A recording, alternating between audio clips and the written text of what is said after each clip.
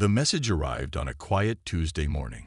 Every screen on Earth flickered at exactly the same time, showing the same image: a tall, purple-skinned alien with 4 eyes and gleaming metal armor. Nobody was ready for it, least of all Captain James Miller, who had been enjoying his coffee in the Earth Defense Force headquarters. The alien spoke in perfect English, its voice deep and cold. "People of Earth, I am High Commander Rex of the Stellar Empire. Your planet now belongs to us. You have 48 hours to surrender and hand over all your resources. If you refuse, we will destroy your civilization." Miller spilled hot coffee all over his uniform, but he barely noticed. Around him, the control room erupted into chaos.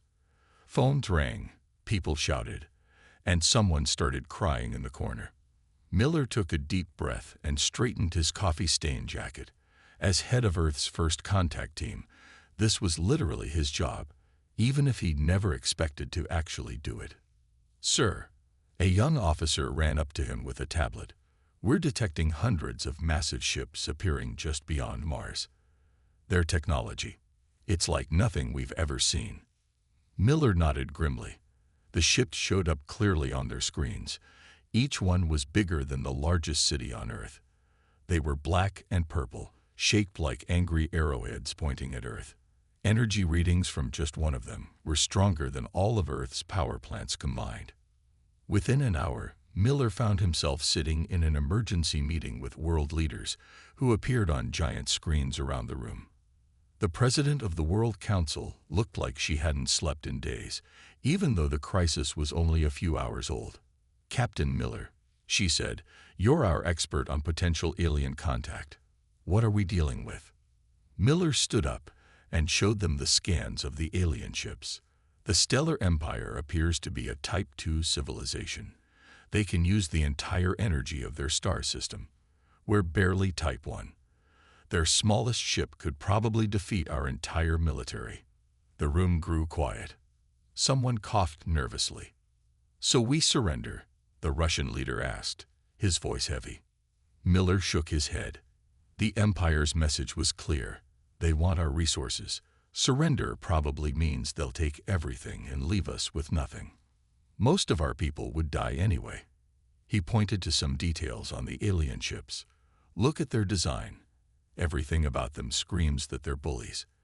They're used to showing up, scaring everyone with their big ships, and taking what they want. They don't expect to fight." "But you just said we can't fight them," the Chinese leader protested. Miller smiled for the first time since the coffee incident. "I said we can't fight them with our normal weapons, but maybe we can fight them another way. I want permission to put together a special team. Historians, engineers, anyone who thinks differently. The Empire is giving us 48 hours. Let's use them." The president looked at the other leaders' faces on the screens. One by one, they nodded. What choice did they have? "You have full authority, Captain Miller," she said. "Whatever you need. Just try to save our world." Miller walked out of the meeting with his mind racing. The Empire had incredible technology, but they were overconfident. They thought they knew exactly what humans could and couldn't do. That was their first mistake. He reached his office and immediately started making calls. He needed people who could think outside the box, way outside the box. The Empire wouldn't expect traditional weapons, so he wouldn't give them any. Somewhere in human history or human creativity, there had to be an answer. As he looked out his window at the night sky, he could almost see the alien ships up there, waiting. "Just you wait," he muttered. "You have no idea what humans can do when we're backed into a corner." He just hoped he could figure out exactly what that was within the next 47 hours and 15 minutes. Miller stood in front of the strangest group of people ever gathered in the Earth Defense Force headquarters. In the conference room sat 3 military historians, 2 toy makers, 5 engineers, and 1 very confused expert on ancient warfare. Time was running out. They only had 36 hours left before the Empire's deadline. "Okay," Miller said, pointing to the big screen showing the alien ships. "We know their shields can stop any normal weapon we have. So we need something that isn't normal. Something they won't expect. Something so stupid it might actually work. Tom, the youngest historian, raised his hand. He looked nervous, like someone about to say something they know sounds ridiculous. Well, in World War II, the British once tried to build an aircraft carrier out of ice and sawdust. Everyone stared at him. Miller wrote it on the whiteboard under maybe. Keep going, Miller encouraged. The dumber the idea, the better. For the next 2 hours, they listed every weird weapon and crazy military plan in human history. Ancient Romans used burning pigs to fight war elephants. Americans once tried to make bats carry tiny bombs. Someone even suggested filling balloons with paint to blind alien ship windows. Betty, one of the toy makers, had been quiet most of the meeting. She kept playing with something on her desk. Miller noticed it was a small yellow rubber duck. "Sorry," she said when she saw him looking. "It helps me think. My company makes these. We just finished a big order. About 1 million of them are sitting in our warehouse right now." Miller watched the duck bounce on the table. Something clicked in his brain. "Wait a minute. Show me that duck." He picked up the toy and squeezed it. The duck made a quiet squeaking sound. "Hey, Bill," he called to one of the engineers. "What frequency do the alien shields operate on?" Bill checked his tablet. "Based on our scans, their main shields resonate at about 40 to 50 hertz. Why?" Miller handed him the duck. "What frequency does this squeak at?" Bill squeezed it and ran some quick tests with his phone. His eyes got wide. "No way. It's actually pretty close, with some modifications." The room got very quiet as everyone realized what Miller was thinking. Then everyone started talking at once. "You can't be serious. That's insane. It's completely crazy. It might actually work." Miller grinned. "Betty, how fast can your factory modify these ducks? We need to change the squeak to exactly match the shield frequency, and we need a lot more than 1 million." Betty was already making calls. "Our machines can make about 100,000 per hour. If we run all factories at full speed and get help from other toy companies, maybe 20 million in 24 hours. The engineers huddled together, talking quickly about frequencies and resonance, and something called sympathetic vibration. Tom, the historian, just sat there shaking his head and smiling. "So let me get this straight," said Jack, the ancient warfare expert. "We're going to fight the most advanced alien empire in the galaxy, with rubber ducks." "Not just regular rubber ducks," Miller corrected. "We're going to hit them with ducks that squeak at exactly the right frequency to disrupt their shields. Their super advanced technology will be taken down by bath toys." "This is the dumbest weapon humanity has ever used," Jack said. "Exactly," Miller replied. "That's why it's going to work. They're ready for missiles, lasers, and bombs. They're not ready for this."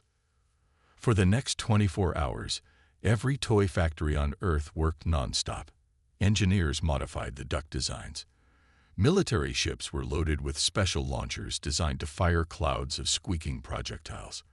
Miller barely slept, overseeing everything. With 12 hours left before the deadline, he looked at the warehouse full of millions of yellow rubber ducks, each one modified to produce the perfect shield-breaking squeak. "Well," he said to nobody in particular, "at least we'll go down in history as the people who tried to save Earth with rubber ducks." He picked up one duck and squeezed it. The squeak seemed louder now, almost aggressive.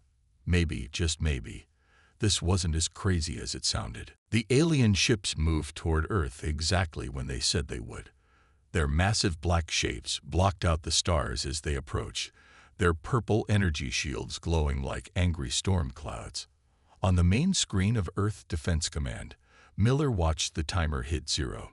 High Commander Rex's face appeared on all channels again. "Your time is up. Have you made your decision?" Miller stepped forward to the communication panel. His uniform was clean this time, no coffee stains. "Yes, we have.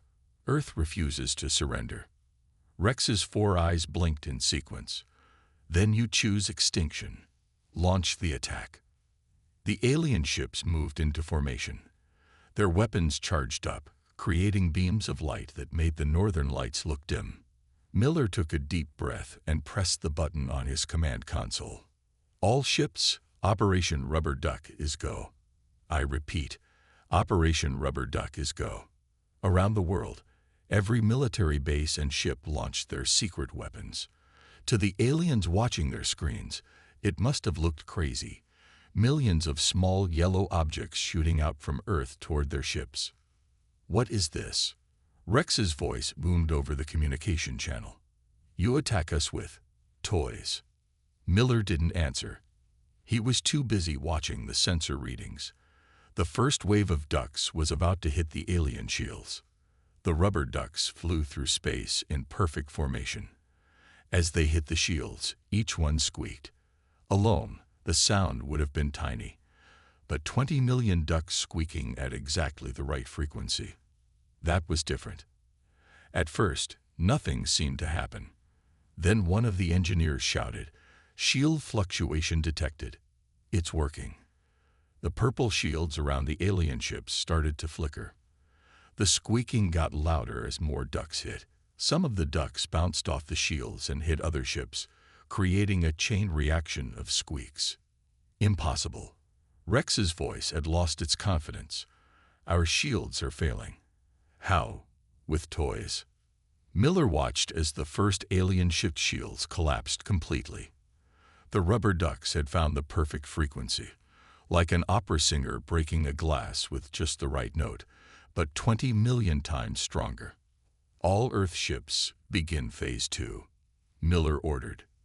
The human ships, which had been hiding behind the moon, now moved forward. With the alien shields down, even Earth's simple weapons could do damage. The aliens tried to fight back, but they were too confused. Nothing in their battle training had prepared them for this. Stop. Stop those horrible squeaking things. Rex was shouting now. 3 more of his ships lost shields. The rubber ducks bounced between ships like the world's deadliest game of ping pong, each bounce creating more shield-breaking squeaks. One alien ship tried to shoot the ducks with lasers. This was a mistake. The heat made the rubber expand, which only made the squeaking louder. Another ship tried to escape, but ran into a cloud of ducks waiting in orbit. Pull back. Rex ordered his fleet. Retreat to safe distance. Miller smiled as he watched the mighty alien ships turn around. They moved quickly, leaving behind clouds of confused rubber ducks still bouncing through space. This isn't over. Rex's voice came through one last time. We'll be back with new shields. We'll be waiting, Miller replied. And we have plenty more ducks. When the alien ships disappeared behind Mars, the control room erupted in cheers. People hugged each other, laughed, and cried. Someone started throwing rubber ducks in the air like confetti. Miller picked up one of the ducks that landed on his console. Earth had won the first battle, but he knew the war wasn't over. The Empire would be back, probably with shields designed to block rubber duck attacks. Good thing we have Phase 3 ready, he said to himself, squeezing the duck.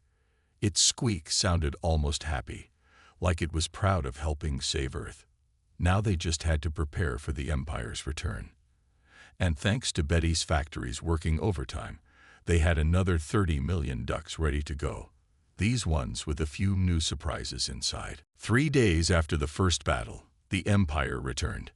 This time they brought 3 times as many ships, and their shields glowed green instead of purple. Miller watched from the command center as the massive fleet filled Earth's sky once again. Primitive humans. High Commander Rex's voice boomed through all channels. Your toy weapons won't work anymore. Our new shields are designed to block all frequencies. Surrender now. Should we be worried?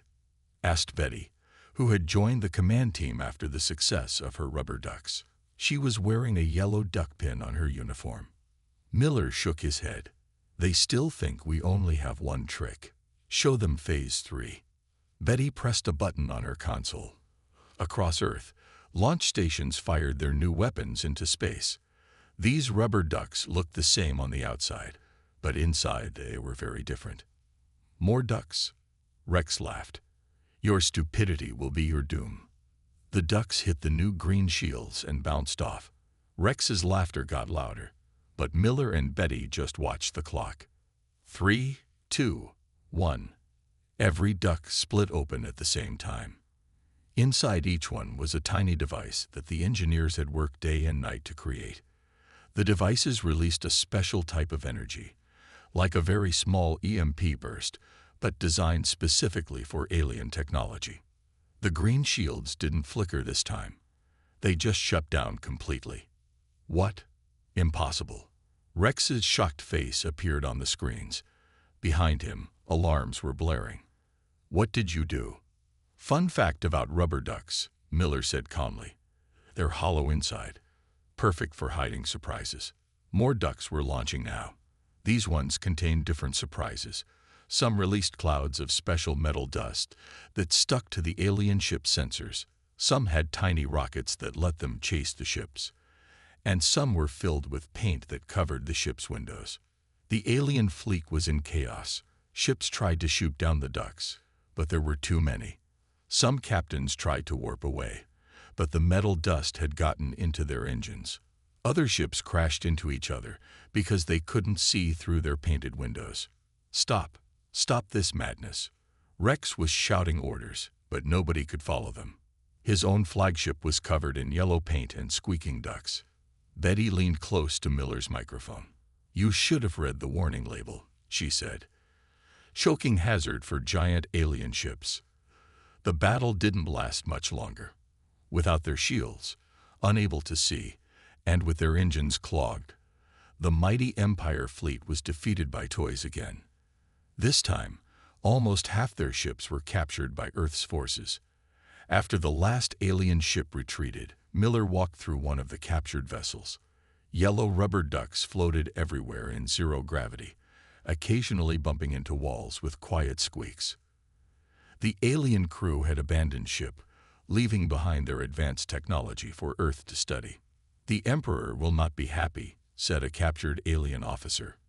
We are the greatest fleet in 5 galaxies, and you defeated us with bath toys. Miller finished for him. Sometimes the dumbest weapons are the best weapons. Nobody expects them. Back in the command center, Betty was already working on Phase 4. The new ducks would be even more interesting. Some could hack alien computers, others could transform into tiny repair bots, and a few were actually mini escape pods for emergency rescues.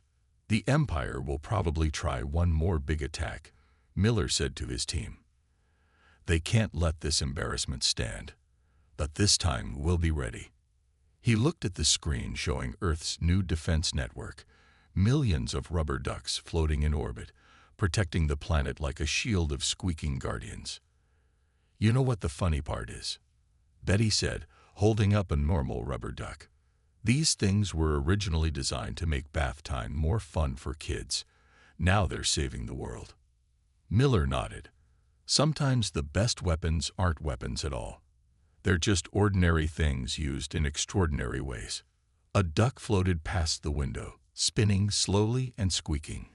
Earth was safer than ever, protected by the last thing anyone would expect, an army of yellow rubber ducks. 1 week after their second defeat, the Empire made its biggest move yet.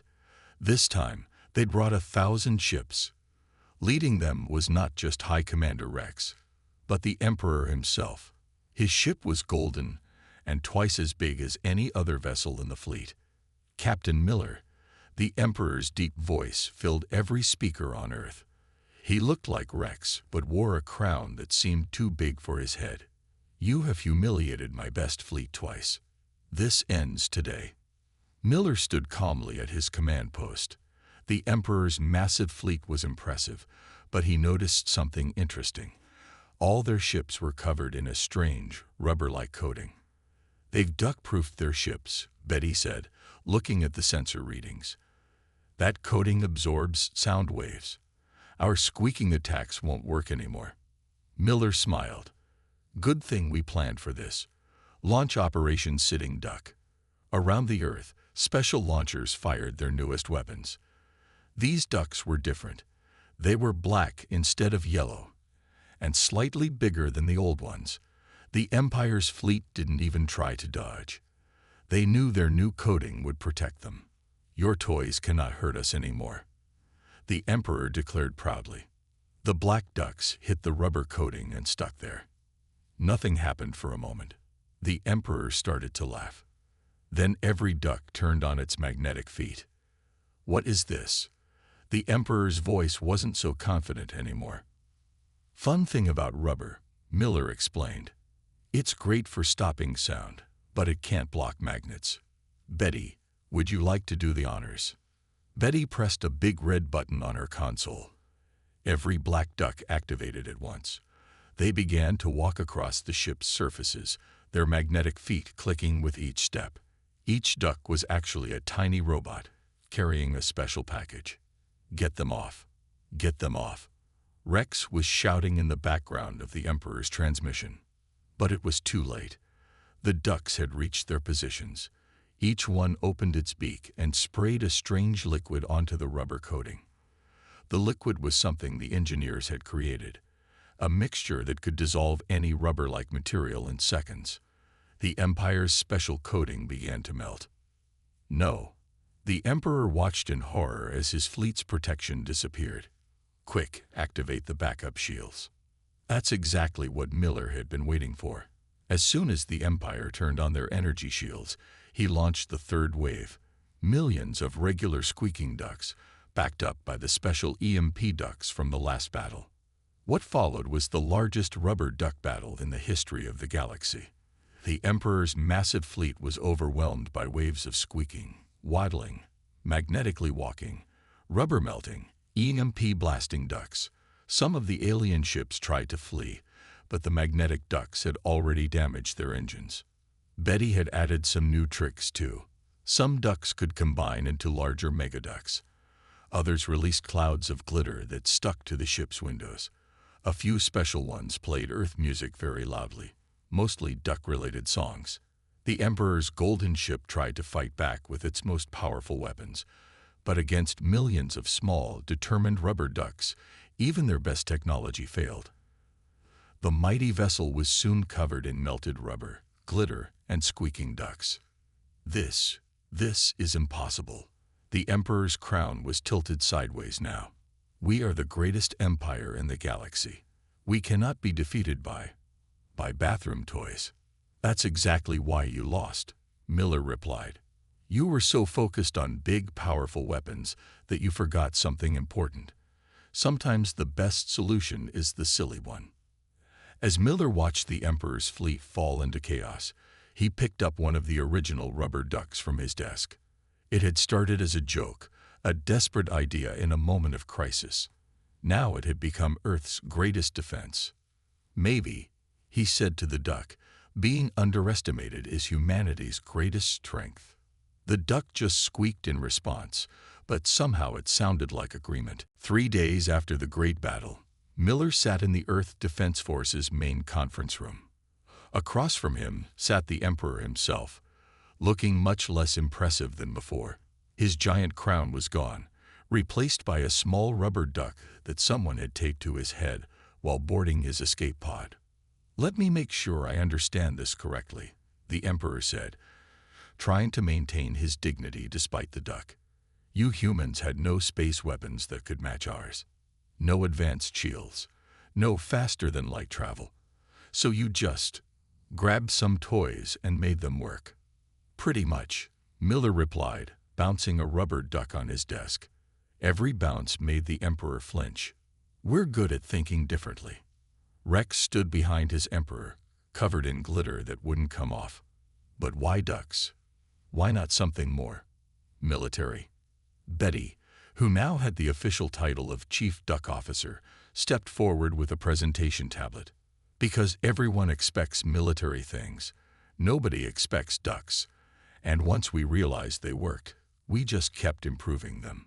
On the big screen behind them, camera feeds showed the cleanup operation in space. Thousands of rubber ducks were helping, using their magnetic feet to collect debris. Some had transformed into repair tools and were fixing damaged satellites.